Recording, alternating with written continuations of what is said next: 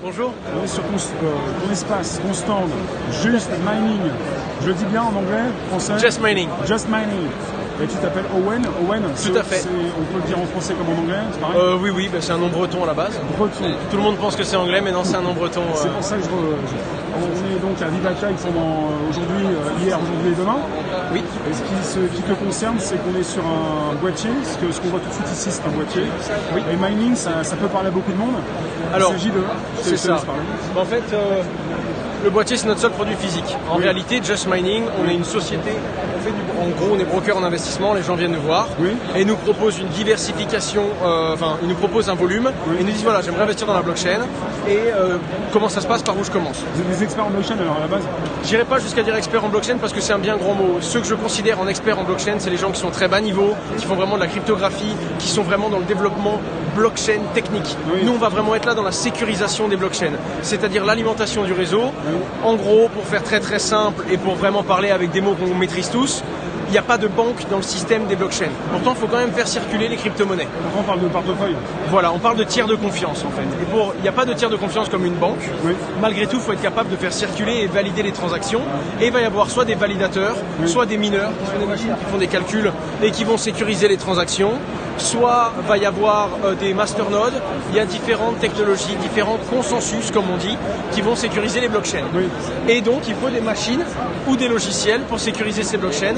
Et Just Mining propose ce genre de solution. En fait, il y a deux moyens d'investir dans la blockchain, trois en réalité. Soit on investit dans une société qui est dans la blockchain, ça c'est pas mon métier. Soit on achète une crypto-monnaie, on attend qu'elle prenne de la valeur et on espère qu'elle en prenne. C'est plutôt le métier des traders. C'est pas notre métier non plus. Soit on va concevoir et configurer des solutions logicielles ou machines pour sécuriser les blockchains. Et quand on les sécurise, ça veut dire qu'on sécurise les transactions et on récupère des commissions sur ces transactions. C'est ce que propose Just Mining. D'accord. Donc là, il y a un ordinateur de positionner, c'est pour attirer un peu. C'est un ordinateur configuré avec pas mal de cartes graphiques. C'est ça. Qui fait aussi du minage. Tout à fait. Et sécurise aussi, pardon. En fait, le minage, par définition, c'est ça. On dit minage parce qu'à l'époque, les mineurs allaient chercher de l'or, ils n'étaient pas sûrs d'en trouver. C'était pareil au tout début de la blockchain. On allait sécuriser des transactions, mais on ne savait pas si on gagnerait de la crypto-monnaie. Oui. Maintenant, ça a un petit peu changé. Il y a eu les poules de minage, ça a évolué. Mais globalement, oui, la machine, elle va faire des calculs toute la journée, vérifier des transactions et récupérer des commissions sur toutes les transactions qu'elle sécurise. Je dis ça parce que le minage, je l'explique parfois, je le comprends, il y a une sécurisation, il y a une création de monnaie également. Est-ce que je me trompe? Alors, la création se fait en même temps ou... En fait, le mineur qui sécurise les transactions, il récupère de l'argent de deux sources. Premièrement, le frais. Si je vous envoie 1 euro de bitcoin aujourd'hui et que je mets 1 centime de frais, c'est les mineurs qui vont sécuriser notre transaction qui vont récupérer ce centime. Et il y a aussi les nouvelles cryptos générées sur le marché. C'est-à-dire que Bitcoin, par exemple, il y a 12,5 nouveaux Bitcoins toutes les 10 minutes. Et tous les 2 ans, ça divise par 2 ce chiffre. À l'heure actuelle, dès qu'il y a un bloc, toutes les 12 minutes, tous les 10 minutes, il y a un nouveau bloc qui est mis sur la blockchain avec des transactions dedans. Le Bitcoin, oui. C'est ça. Excuse-moi, il est beaucoup plus différent. Le Bitcoin ne ressemble à aucune autre monnaie. Est-ce qu'il est toujours aussi lent par rapport... Est-ce que je me trompe quand je te dis qu'il est aussi lent par rapport à d'autres monnaies pour le miner, ça?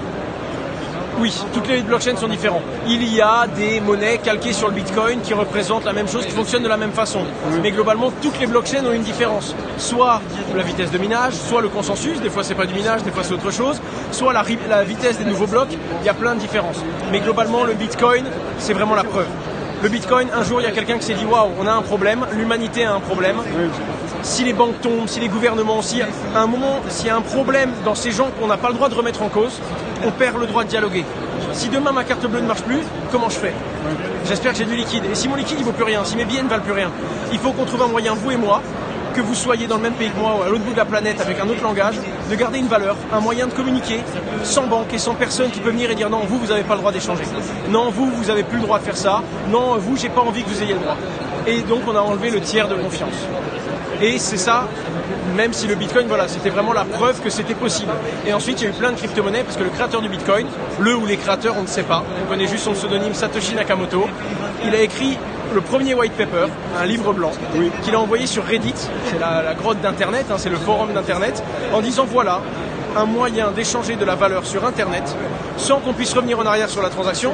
Parce que si vous achetez des chaussures et que quand vous envoyez les chaussures, on annule la transaction et vous avez perdu l'argent. Bref, sans qu'on puisse revenir en arrière, sans que ça puisse être remis en cause, et surtout avec de la transparence et un système totalement décentralisé. Et les gens se sont emparés de ce concept-là. Il y a eu le Bitcoin, qui a toujours été le numéro 1 jusqu'à présent, mais il y a eu d'autres crypto-monnaies déclinées qui servent à d'autres choses, des crypto-monnaies qui ne sont pas décentralisées mais très efficaces, des monnaies très décentralisées mais plus lentes. Enfin, il y a vraiment de tout. Et j'ai une question, je ne vais pas prendre trop de ton temps. On t'a écrit dans mon Twitter Periscope, là, on a dit que tu es très bon, on t'appelle pour Hasher. Oui. On te connaît pour Hasher, après j'ai mis en base. Là tu me dis que c'est sécurisé, c'est du minage, mais vous sécurisez beaucoup plus vous par rapport à ce minage qui est précis, c'est un minage différent. Là, il s'agit de miner quelle monnaie? Parce que alors là, principalement, minage... on a choisi le GPU. On a choisi le GPU pour miner le Bitcoin. Il faut une machine particulière qui est optimisée pour ça. Oui. Malheureusement, cette machine a tellement été optimisée par les industriels qu'aujourd'hui, globalement, avec un ordinateur traditionnel comme le vôtre, vous ne pouvez pas miner du Bitcoin. Impossible, réellement impossible. Un ASIC, une machine qui est faite pour ça, va être jusqu'à 1 million de fois plus performante et consommer moins. Globalement, vous ne pouvez pas être rentable en minant du Bitcoin avec un PC normal. Il y a eu d'autres algorithmes qui ont existé, d'autres crypto-monnaies qui se sont dit « Monsieur, tout le monde doit pouvoir miner Oui. ». Donc ce qu'on va faire, c'est faire en sorte d'utiliser un ordinateur traditionnel. On l'a un petit peu amélioré parce qu'on a vu que c'était le GPU qui produisait le plus de puissance. Oui. Mais si vous voulez, du jour au lendemain, il ne peut pas y avoir une carte graphique 1000 fois plus balèze que l'année d'avant. Oui. Ce qui existe actuellement dans la crypto-monnaie, chaque année, il y a un matériel 2 fois plus puissant que l'ancien. Alors que ce n'est pas le cas dans la crypto-monnaie au niveau des GPU, parce que les GPU sont déjà optimisés depuis des années par les gamers, par les graphistes, et donc il ne peut pas y avoir une nouvelle technologie 16 fois mieux du jour au lendemain, sauf s'il y a l'informatique quantique ou ce genre de choses. C'est pour ça que chez Nvidia, ils ont peut-être interdit certains d'acheter en masse leur carte graphique. C'était une base, c'était surtout parce qu'en fait, ils ont peur du retour du coup de fouet, comme ça s'appelle au niveau des grandes productions. Oui. Ce qui se passe, c'est que si on a 2 fois plus de ventes, ben on produit 2 fois plus, oui. Et si après on n'a plus de ventes, ben on a 2 fois plus de stock qu'on n'arrive pas à vendre. Oui. Ça, c'est un gros danger pour les très grosses marques et pour les industriels. C'est pour ça que le but des grosses sociétés, surtout qu'Nvidia, les cartes graphiques, c'est un petit bout du monde énorme de ce qu'ils contrôlent. Leur but, c'est de maîtriser la production et les ventes. Ils étaient bien contents quand les prix ont augmenté parce qu'ils ont réussi à vendre, mais ce qu'ils voulaient surtout pas, c'était avoir des stocks qu'ils n'arrivaient pas à vendre. Et même en faisant attention, eh ben, ils ont quand même eu ce genre de problème. Et c'est ce qui fait que le prix des crypto-monnaies, le prix des GPU, des cartes graphiques, a swingé comme le prix des crypto-monnaies quand ça s'est réellement enflammé en fin 2017. Il y a un rapport entre le prix des GPU et le prix des crypto-monnaies. Parfois, il y a des GPU qui peuvent faire bouger un peu les cryptos. Ou... Généralement, c'est un peu technique, ça c'est un peu... Si demain... Ouais. Oui, si demain il existe un GPU aussi puissant que celui-là, 20 fois moins cher, je pense que ça devrait affecter toutes les crypto-monnaies qui sont sécurisées par ça. Ça va pas arriver comme ça. Mais bon, ça ne devrait pas. Normalement, je vois pas pourquoi ils sortiraient la même chose 20 fois moins cher. Mais globalement, c'est un peu corrélé, d'accord? Mais c'était corrélé surtout à l'achat. Quand tous les mineurs achetaient les cartes graphiques, même si les cartes graphiques sont beaucoup moins chères, ça devrait faire évoluer la difficulté de minage, ça devrait faire évoluer la rareté de la crypto-monnaie, et donc forcément son prix par déduction, mais pas directement si vous voulez. Et au départ, tu t'intéresses à la crypto-monnaie, tu proposes des choses sur Internet, oui, mais là-bas je fais des vidéos sur YouTube. Voilà. J'ai commencé il y a un peu plus de 3 ans, un peu plus de 2 ans. Tu t'es intéressé à proposer une solution de minage qui peut être plus intéressante pour les particuliers, ça? À la base, je vulgarisais la technologie blockchain. Ouais. Qu'est-ce que c'est avec des mots simples? Je faisais plein de choses sur... J'aimerais bien faire un mineur, j'ai galéré, j'ai eu du mal parce que j'étais absolument pas là-dedans. Même pour moi, rien que Windows, c'était un concept un petit peu étrange. Et je l'ai monté de toutes pièces et j'ai fait suivre ça à ma communauté. Je leur ai dit c'est dommage qu'il n'y ait pas une entreprise qui crée une machine, qui l'assemble, elle augmente le prix de production de 20% parce que c'est une entreprise, et elle propose à des gens, vous avez juste à le recevoir chez vous, internet, électricité, start. Voilà. Et ce qui s'est passé, c'est que les gens m'ont dit mais c'est une bonne idée, fais-le. Toutes les banques nous ont refusé. Un petit peu pour connecter un compte PayPal à un site internet vraiment avec une sale tête, j'aurais même pas mis ma carte bleue moi dessus, mais ma communauté m'a cru, ma communauté m'a suivi, et ils se sont dit... T'as une forte communauté qui a confiance en toi déjà. Maintenant j'ai une assez grosse communauté, au tout début il n'y avait pas grand monde, mais c'était des gens qui...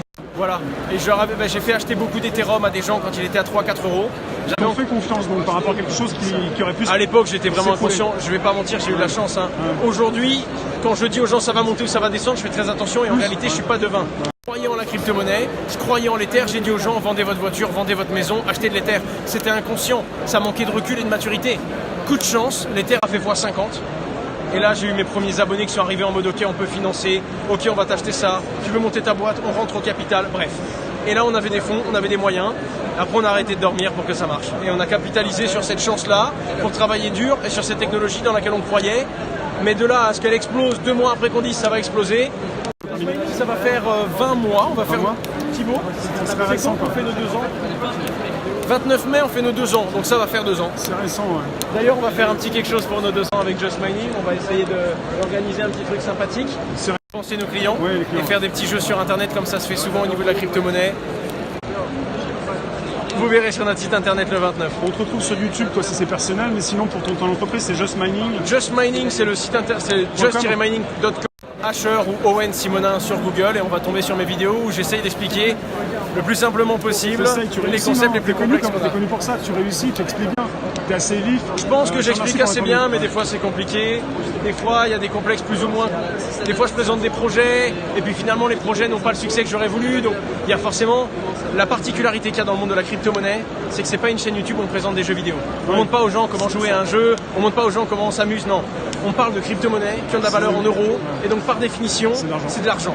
Et donc là, on est quand même dans la phase, et on est dans le côté de l'humain, qui est un côté qui peut être malsain. Quand tout se passe bien, il y a une folie, il y a l'euphorie, il y a même quelque chose qui s'appelle le FOMO.